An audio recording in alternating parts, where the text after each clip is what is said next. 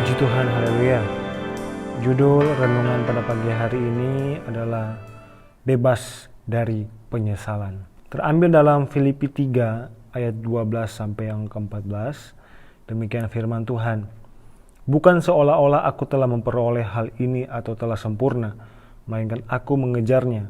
Kalau aku dapat juga menangkapnya, karena aku pun telah ditangkap oleh Kristus Yesus. Saudara-saudara, aku sendiri tidak menganggap bahwa aku telah menangkapnya, tetapi ini yang kulakukan. Aku melupakan apa yang telah di belakangku dan mengarahkan diri kepada apa yang di hadapanku, dan berlari-lari kepada tujuan untuk memperoleh hadiah, yaitu panggilan sorgawi dari Allah dalam Kristus Yesus. Yang dimaksud dengan bebas dari penyesalan adalah hidup tanpa perasaan bersalah yang berlebihan. Karena tidak akan ada kebahagiaan jika kita terus dihantui oleh perasaan ini. Perasaan bersalah memang timbul karena kesalahan manusia sendiri.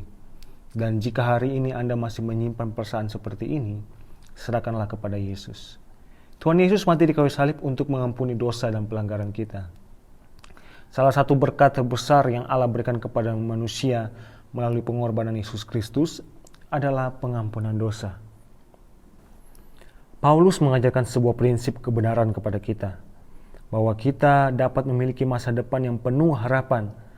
Karena itu, kita tidak perlu hidup dalam penyesalan. Paulus adalah seorang rasul yang sebelumnya merupakan seorang yang memiliki banyak dosa. Dia dahulu merupakan seorang pembunuh, pembenci Tuhan yang sangat giat, dan menganut hukum Taurat tanpa cacat celah. Ada banyak hal yang patut menghantui Paulus, tetapi dia memegang sebuah prinsip kebenaran sejak dia berjumpa dengan Tuhan.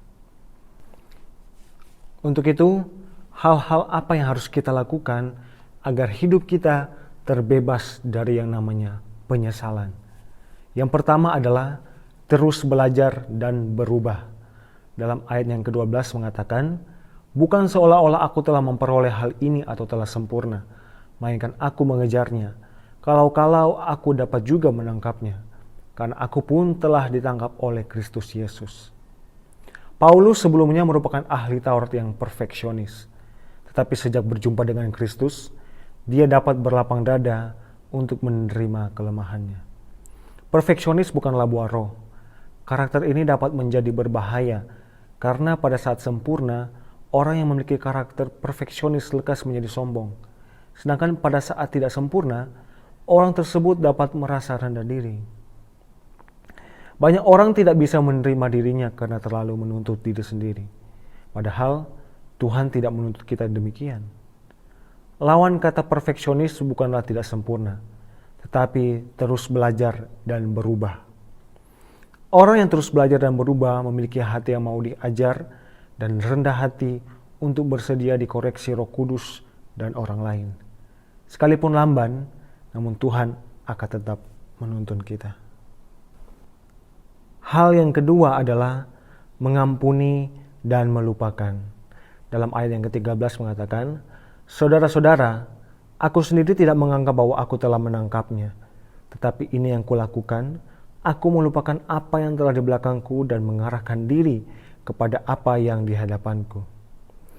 Banyak orang kesulitan untuk mengampuni dan melupakan diri sendiri dan orang lain. Jika kita tidak bisa bangkit dari masa lalu, kita akan terikat dengan masa lalu. Dan kemungkinan besar kita akan hidup dalam trauma. Oleh karena itu, penting untuk let go and let God. Jika kita pernah dirugikan di masa lalu, upayakan apa yang bisa kita dapatkan kembali atau diminimalkan. Namun bila kita sudah tidak bisa berbuat apa-apa, maka move on. Bangkitlah. Anggaplah itu sebagai konsekuensi atau biaya pembelajaran. Berdiri dan larilah ke depan dan kejarlah apa yang di hadapan kita. Bersama Tuhan kita akan jadi baru. Hal yang ketiga, yang terakhir adalah fokus pada kemenangan. Ayat yang ke-14 mengatakan, dan berlari-lari kepada tujuan untuk memperoleh hadiah, yaitu panggilan surgawi dari Allah dalam Kristus Yesus. Moving on tidak hanya lari meninggalkan dosa atau kesalahan, tetapi lari kepada sebuah tujuan. Percayalah bahwa Kristus adalah Sang Penebus yang mampu menebus segala kerugian, kesalahan, dan penyesalan kita di masa lalu.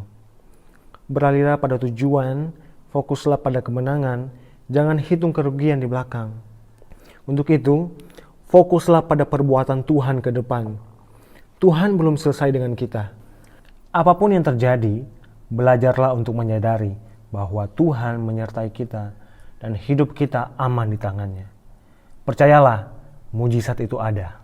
Puji Tuhan. Kita sama-sama berdoa untuk menutup renungan firman Tuhan pada hari ini.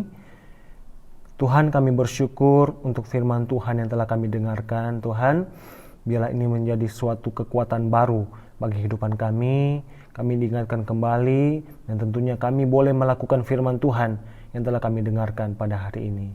Terima kasih Tuhan, sertai kehidupan kami sepanjang hari ini. Biarlah penyertaan daripada Tuhan menyertai dalam setiap aktivitas kami Tuhan. Dalam berkat nama Tuhan Yesus Kristus kami menutup. Haleluya. Amin. Kuasanya tak terbatas, tiada yang mustahil.